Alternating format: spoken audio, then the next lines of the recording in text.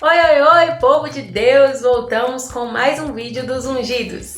Olá, tudo bem? Que bom estar de volta aqui com vocês. Hoje tem uma luz especial aqui desse lado, tá O sol, gente, tá batendo aqui. variando um pouquinho, então nós estamos hoje iluminados, viu? Amém!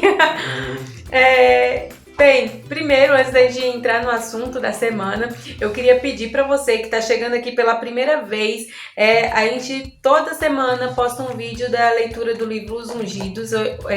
Essa semana nós estamos no capítulo 34 e, além disso, nós temos lições diárias da lição da Escola Sabatina para os adolescentes. Então, se você ainda não é inscrito no canal, aproveita, se inscreva logo, ativa o sininho para não perder as notificações dos próximos vídeos.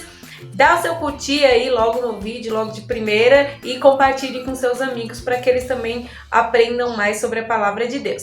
Bem, essa semana nós falamos um pouco mais sobre o profeta Jeremias, né, que a gente vem já estudando um pouquinho sobre ele. E essa semana a gente viu falar nele na lição na semana passada, que a gente falou do rei Josias, que descobriu o livro, e eu já dei um alerta para vocês de que a gente essa semana começaria a falar de Jeremias. E o título da semana, né, do capítulo é O Homem que Sentia a Angústia de Deus. Eu achei esse título maravilhoso porque retrata bem esse profeta. Mas agora a Mizel vai dar uma geralzão pra gente aqui sobre o que esse capítulo trouxe pra gente. O que a gente pôde aprender sobre o chamado de Jeremias e o ministério dele. Muito bem. Jeremias é conhecido como profeta chorão. Coitado, gente, deve ser igual eu, choro com tudo. Acho que ele, na maneira de pregar, ele chorava, se emocionava. Por isso que o título aí é bem interessante, né? O homem que sentia a angústia de Deus. Então imagine sentir a angústia que Deus sente quando vê seu povo rebelde. É pra chorar mesmo, por isso que ele chorava, né? Que ele realmente sentia aquilo que, né, pelo menos uma fração, não vou falar que é a mesma coisa do que Deus sente, mas um pouco daquilo que Deus deve sentir. Experimentou um pouquinho da angústia de Deus. Jeremias escreveu também o livro de Lamentações, né? Por isso que ele é conhecido pelo profeta, como profeta chorão. Muito bem, Jeremias nasceu na igreja. Foi criado para sacerdócio. Era de uma linhagem sacerdotal. Foi criado ali desde quando nasceu nos caminhos de Deus, aprendendo as leis de Deus, estudando a Torá.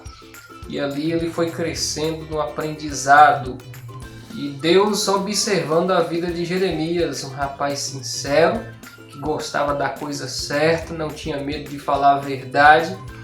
E Deus olhou para ele e falou assim, é esse daí que eu vou escolher, porque esse daí ele gosta de fazer a coisa certa. Na lição da semana a gente viu que ele foi chamado, a gente imagina, por volta de 20 anos de idade, talvez até menos. Então era bem jovem ainda, né? Um jovem, quando Deus fez esse chamado especial para ele. E isso depois dele já ter sido criado para servir a Deus de alguma forma. A nação ali naquele momento estava passando um momento de apostasia, vivendo um momento de apostasia. Por mais que o Josias, aquele rei extraordinário, eu sou admirador dele, fez tanta coisa boa para trazer o povo de volta para Deus, para que o povo despertasse espiritualmente. Mesmo assim, ele não conseguiu fazer a obra completa, né? O povo já estava muito distante de Deus, já tinha se corrompido demais. Por mais que ele fez o melhor que ele pôde, mas não teve mais, assim, o povo não teve mais força para poder vencer. Já estava corrompido demais e agora continua nas práticas abomináveis de adoração a ídolos, de transgressão dos mandamentos de Deus. E Deus viu em Jeremias um profeta que talvez poderia mais uma vez trazer uma mensagem para que o povo se arrependesse, para que o povo se humilhasse, né? O ministério de Jeremias durou 40 anos. E a gente vê que nesses 40 anos, ele, durante, né, o seu ministério, ele atuou para 5 reis diferentes. Então, a gente tem um profeta atuando no reinado de 5 reis. Desses 5 reis, somente Josias, que foi o primeiro rei, que era temente a Deus e buscava fazer aquilo que Deus aprovava. Os outros 4 reis que vieram posteriores a Josias se afastaram de Deus e levaram o povo a pecar. Então a gente vê que o momento em que Deus o chamou para trazer a mensagem dele era um momento crítico de apostasia mesmo do povo e da liderança, né? Dos reis. Exatamente. Esse chamado de Jeremias, nós percebemos o amor de Deus sempre dando mais uma oportunidade, mais uma chance, entendeu? O povo rebelde demais, Josias fez o que pôde, o povo já tinha pecado demais. E Deus sabia a condenação do povo, já tinha avisado, mas mesmo assim sempre mandando oportunidade para o povo. O povo um dia, ou não só o povo de Israel, assim como eu e você, não iremos ter desculpa de falar para Deus, olha, eu não sabia, eu não tive oportunidade, porque pense num Deus que dá oportunidade a Ele. Interessante, o que eu achei no chamado de Jeremias, é que foi bem parecido com Isaías, né? Quando Deus chega para ele. Eu achei bem interessante, sim. E faz o chamado e fala, poxa, quem sou eu, né? Aí ele fala que é muito jovem, que não sabe falar. No caso de Isaías, a gente fala que ele se considerava um homem impuro, né? Que vivia no meio de pessoas impuras. E agora, no caso de Jeremias, ele fala que ele é só um jovem, que ele não sabe falar, que ele se sente incapaz de cumprir a tarefa que Deus o designou. E aí a forma que Deus age é parecida entre os dois, né? A gente vê aqui em Jeremias que Deus toca os lábios dele e como um símbolo ali, né, de purificação e tudo, falando que agora ele dá autoridade para que ele possa falar. Eu vou te usar, sua boca vai falar por mim. Exatamente. Né? E no caso de Isaías, a gente viu lá que ele vê ali Deus no trono, com os anjos e tudo, e aí vem um serafim e toca os lábios dele com uma brasa, também como um símbolo de purificação, de que ele agora estaria falando por Deus, né? A boca dele estaria sendo dedicada para Deus, estaria lindo, sendo né? santificada, né? Separada para fazer a vontade de Deus. Olha que coisa muito maravilhosa, lindo. Né? Eu achei interessante também. O livro ele menciona algo interessante aqui, que se nós pararmos para analisar, parece uma contradição. Quando Deus faz o chamado para Jeremias um pouco com medo, Deus fala para ele, olha, eu me lembro de Josué, né? Quando Deus falou, seja forte e corajoso, não te assombres, não te expande. E Deus agora falando para Jeremias, é eu que vou estar adiante, eu colocarei as palavras na sua boca, eu vou te proteger, eu vou cuidar de você, né? Agora mais à frente, quando a gente chega na história de Jeremias, a gente percebe que Jeremias foi preso, foi apanhado, foi jogado no poço, foi machucado, foi traído, humilhado. E aí anteriormente Deus tinha falado para ele que o protegeria. Eu o protegerei, né? Aqui me faz entender que tem muita gente que pensa que Deus vai proteger, que coisa ruim nenhuma vai acontecer com ele. Não é isso daí. Se fosse isso, Deus estaria mentindo para Jeremias quando ele fala para Jeremias, olha, fique tranquilo, eu te escolhi, eu vou cuidar de você e vou te proteger. Mas se você ler a história de Jeremias, você vai ver o tanto que ele sofreu. Quer dizer que Deus não estava protegendo ele? Deus disse que ia proteger e não estava protegendo? Não é isso. Deus nos protege, mas a proteção de Deus não significa que nós não passaremos por lutas, por aflições, não seremos machucados. Deus não tira isso de nós. Significa que Ele vai estar com a gente mesmo nesses momentos. Ele vai estar conosco, exatamente. Vai nos dar forças para resistir, para vencer. E a qualquer momento Ele está disposto a agir, a enviar os anjos para cuidar daquela situação. Então Jeremias, ele teve fé suficiente, passou pelas aflições e Deus esteve com ele. Tanto que ele foi jogado, sofreu, Deus protegeu ele no sofrimento. Então é essa proteção. É como se Deus estivesse dizendo assim, olha, a sua vida está garantida, eu estarei segurando você, eu estarei cuidando da sua salvação, eu estarei cuidando do que você precisa, né? Então essa é a proteção de Deus. Não fique pensando, eu vou aceitar Jesus, vou para a igreja e Deus vai tirar meus sofrimentos. Deus não vai me deixar sofrer. Não é isso. O crente, ele sofre. Né? Não vai acontecer nada de errado na vida. Exatamente. Acontece, gente. Tem gente que pensa que é crente e é um super-homem que não adoece, não morre mais. Não sofre. Isso é um engano, né? Uhum. Coronavírus mata crente também, qualquer doença mata crente. Nós estamos sujeitos a sofrer. Agora, o que Deus prometeu para Jeremias foi o seguinte: eu vou estar com você, fique tranquilo, eu cuidarei de você. Se você tiver que morrer, mas continue confiando em mim, porque você vai passar da morte para a vida. Olha só. Isso aí. Uma coisa que eu achei também muito interessante aqui, que a gente falou do chamado, dos sofrimentos de Jeremias, e aí eu queria falar um pouquinho sobre a mensagem. A mensagem de Jeremias, o que Jeremias deveria levar para o povo? Gente, Jeremias foi um dos profetas que teve assim, uma função das mais complicadas, porque às vezes mandavam um profeta, alguém para ajudar o povo, para o povo para ter prosperidade, para voltar para Deus, sim, mas tipo, prometendo que se eles voltassem para Deus, Deus estaria com eles, ia dar prosperidade e tal. No caso dele aqui, ele não foi chamado para isso, ele foi chamado para levar uma mensagem de condenação. Ele foi levado para falar: vocês vão ser escravizados por Babilônia. É isso, pronto, acabou. E não adianta, tipo, voltem para Deus, para que Deus esteja com vocês, mas vocês vão ser escravizados por Babilônia.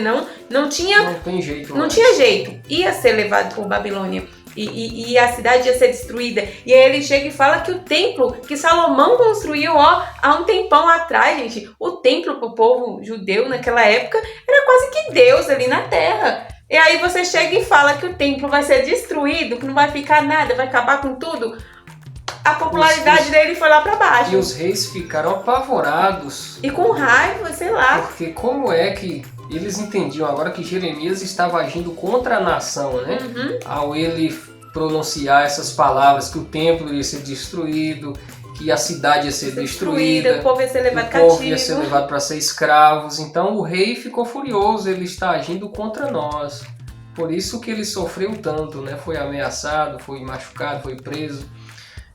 E interessante nessa história de Jeremias é que Deus já tinha avisado para o povo, já faz um tempão, que o povo ia ser escravizado, e agora chegou no momento bem pertinho disso acontecer. Uhum.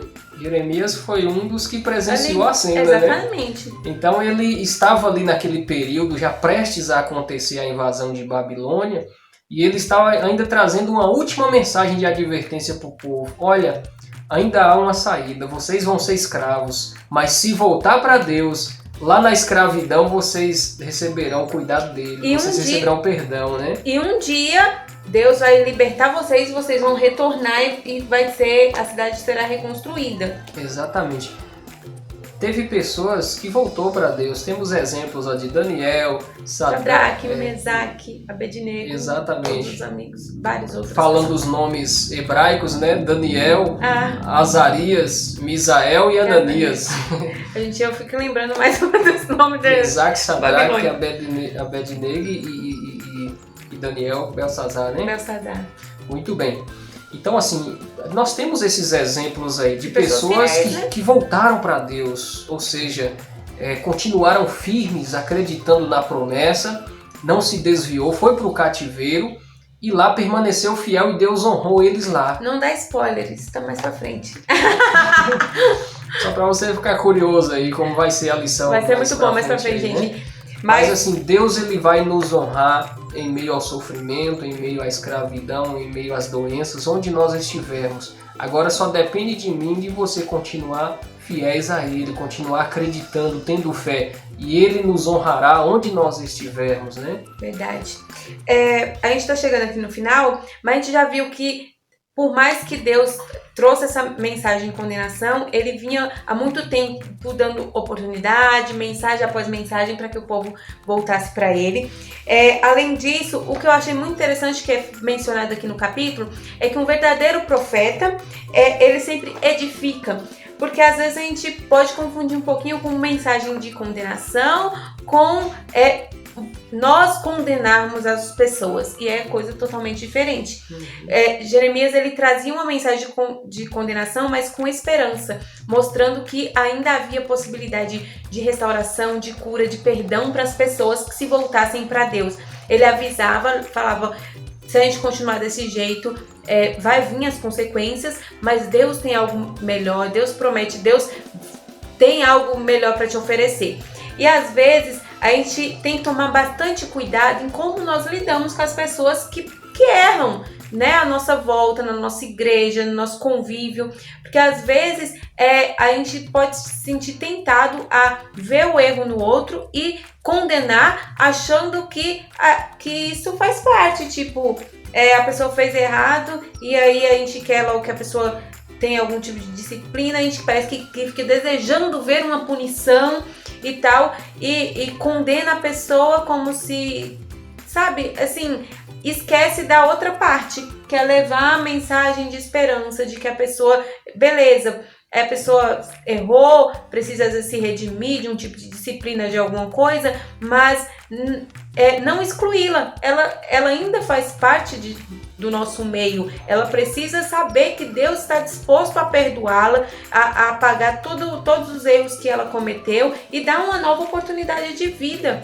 para ela, né, para continuar. Exatamente. A história de Jeremias nos deixa grandes lições. Uma delas é que na nossa juventude, na sua juventude, onde você está, Deus tem um chamado especial para você.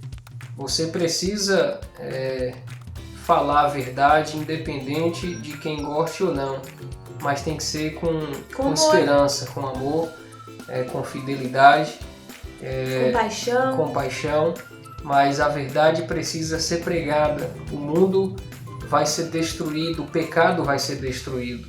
O pecador que se arrepender será salvo, e nós devemos levar essa esperança para o pecador.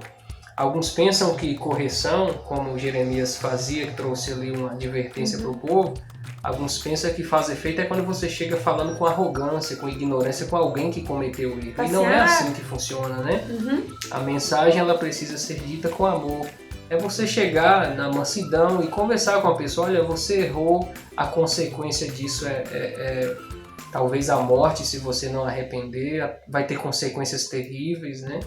Mas a esperança para você, Deus quer te salvar, muda o seu caminho, muda o seu comportamento, eu estou aqui para te ajudar, né? Todos nós somos iguais, só erramos de formas diferentes. Então, Deus está disponível a perdoar e dar uma nova oportunidade para todos que se chegar para Ele.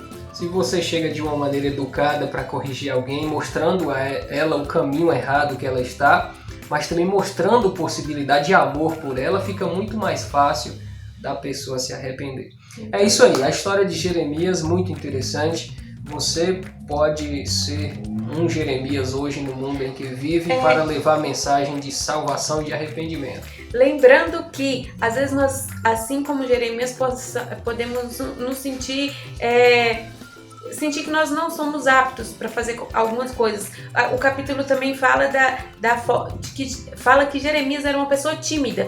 Por ele queria caçar um cantinho, ficar quietinho no seu lugar, e ninguém mexer com ele não mexer com ninguém. Mas Deus tinha uma missão para ele e ele não se acovardou. Mesmo ele sendo tímido, ele se colocou nas mãos de Deus e se deixou de ser usado.